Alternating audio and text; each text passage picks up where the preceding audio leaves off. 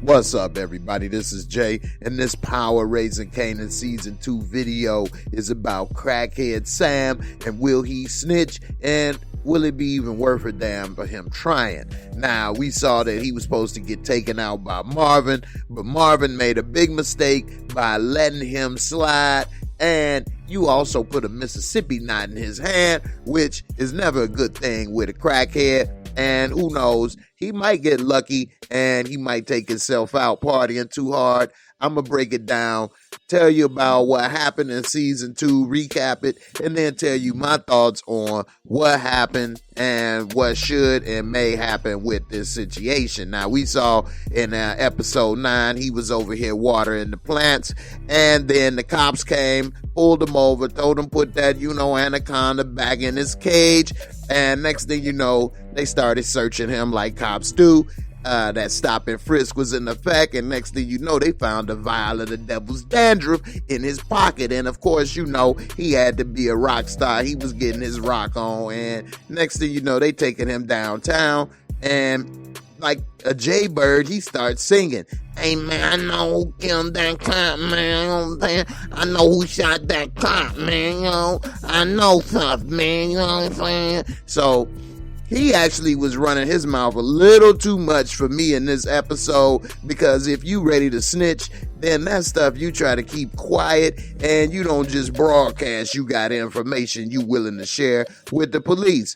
But this episode, he was a little extra, and he was trying to let everybody who was ready to listen know that he got info. Of course, Burkle comes walking up, that's little Urkel cop, Burke, and she's ready to listen because she's been fiending for this like a junkie, trying to get this information and solve this case. Of course, she ain't got nothing else to do, so he tell her, get me out of here and I'll share some information, D-Tech. And so he's still in there, and now he getting a little fiend. He ain't get his little fix. He jonesing. He ready to get the hell out of there. So she like, hold your horses. Let me go and see what I could do. Give me some time.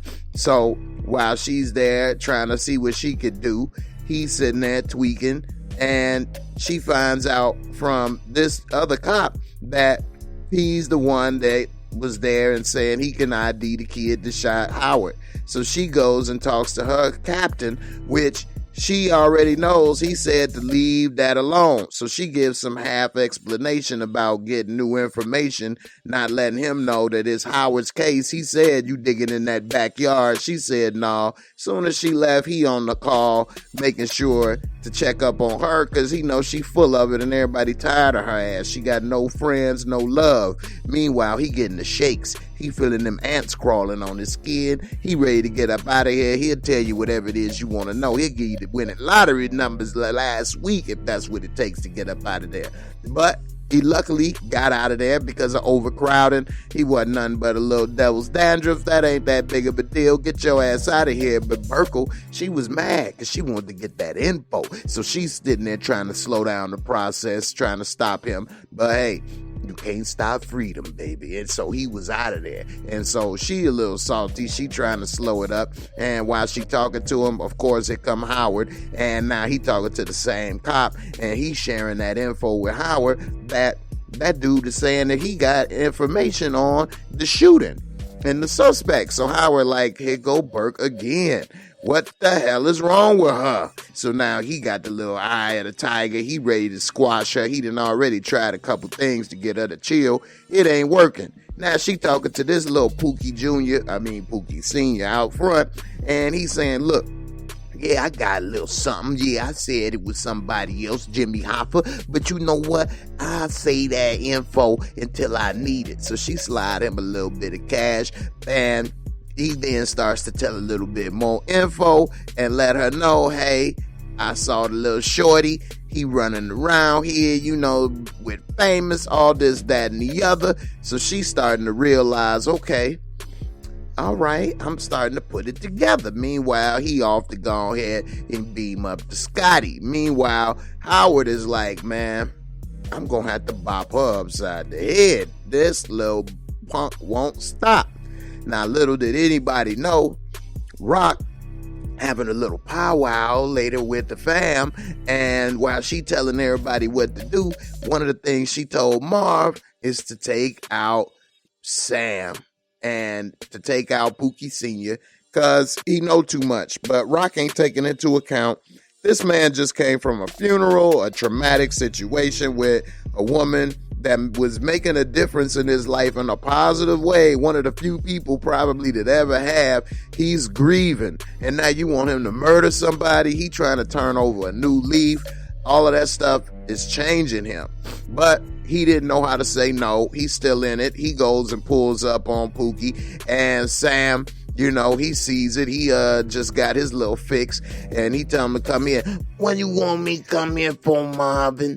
Hey, come here, man. You know what I'm saying? What's up, Marvin? What you got? And then, you know, when he sprinkled a little bit of sugar in his face, you know what I'm saying? He had a couple boulders, jumbo. He like, okay, all right, let's do this. Let's rock it up, party like a rock star. So he hop in the car because, of course, where crackhead could resist boulders for free, jumbos. So basically, Marvin must have told him in the car, your ass need to get out of town. It's urgent. And we saw that he was telling them again. And at the bus, it seemed Marvin really want to do the right thing. He like, what's up, Marvin? What I do? And that's the only thing that may help with this situation is Marvin didn't tell him what was the problem. He just said, don't matter. If I see you again, I gotta put you down. And maybe Pookie might put it together. Who knows? But we'll see. Marvin then told him, hey, change your life. Get it together. And then gave him a Mississippi knot. Now, I don't know why Marvin gave him that big old Mississippi knot, but I guess he figured, hey, this will make sure he stay away. Now, that's more money than Poop Jones done seen in years at one time. I'm going to be on the straight and narrow, Marvin. And what he didn't finish saying is narrow right back to the crack spot. I mean, why go to Atlanta when you got a Mississippi knot? And he in New York City, pulled his bus over, and he got off a block away damn near and was back on his grizzy, ready to party. He about to go ahead and find all his little crackhead prom queen 1983, and they about to have a good time. He living large. Now, the only thing that may help is if he get a dose of that Kanan crack and that be their last party, because I thought that's what Marvin would have did when he pulled out them jumbos. Oh, I thought, well, that's the end of him. So to see him still alive after smoking them boulders big as your shoulders, I ain't know what was going on with it. So I was surprised, and to be honest, I don't think his testimony is worth a damn. You already said that you didn't know, and then it was Jimmy Hoffa. You were crackhead, so your credibility is shot. Later, you talking about you know who it is, and Burke, for one, if she bring that information to the captain, look, Burke, I told you stay off the goddamn case. I'ma have you writing traffic tickets in upstate New York. I mean, what the hell? What she don't understand? How she think that she gonna make something of it? Now, the only thing I could think is if she do get suspended and fired and then start working the case freelance, but then that'll be easy to kill it in because nobody will know what the hell she doing. So, honestly, I don't think his testimony is worth a damn. Who would listen to him if he would have said it when it happened and came forth immediately? That would have been different, but by so much time passing and him being a crackhead and credibility low, I don't think even if he was to testify, it would be worth a damn. It was at night, you a crackhead, it could be easily disputed. And so, yeah, it was a big mistake for Marvin to trust a crackhead. You never trust a crackhead. You never trust a crackhead. And he made that mistake. So we'll see what happens. But in the end, no, his testimony, in my opinion, ain't going to make a difference, even if he did, other than maybe energize Burke, which then will get both of them laying side by side in the upper room. All right, y'all. I appreciate you for watching. Don't forget to like, subscribe, all that good stuff. I'll see you on the next video. Join the channel membership. Holla at me in Discord. Chop it up about the show. And I'll see you on the next one. Peace. Thanks for watching. I hope you enjoyed the video. Please hit that like, subscribe, bang that bell, and I'll catch you on the next one. Peace.